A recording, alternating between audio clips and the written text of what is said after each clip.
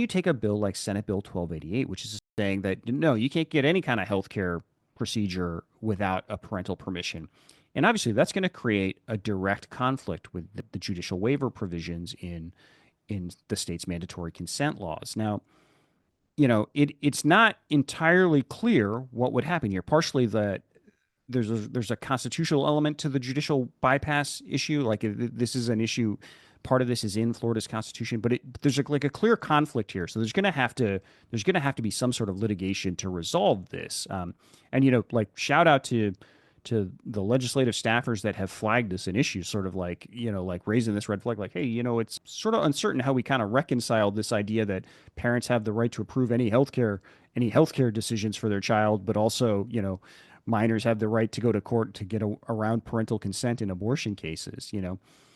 And so that's going to trigger a lawsuit. And why that is so dangerous is there's already a movement on the right, a legal movement on the right to get judicial waiver and judicial bypass mechanisms thrown out entirely. So we had a court case in Florida not too long ago involving a minor seeking a judicial bypass or a judicial waiver, and it was denied at the appellate court level. And if I'm remembering correctly, there was a concurring opinion in that case from a particularly right wing judge, arguing that the entire notion of judicial bypass was unconstitutional under the federal constitution. So even though it's in the state constitution, it violates the federal constitution. But broadly speaking, the argument here was that essentially the adverse party in these cases are deprived of their due process rights because the adverse party is the parent who is supposed to have the right to be notified or to consent to any abortion.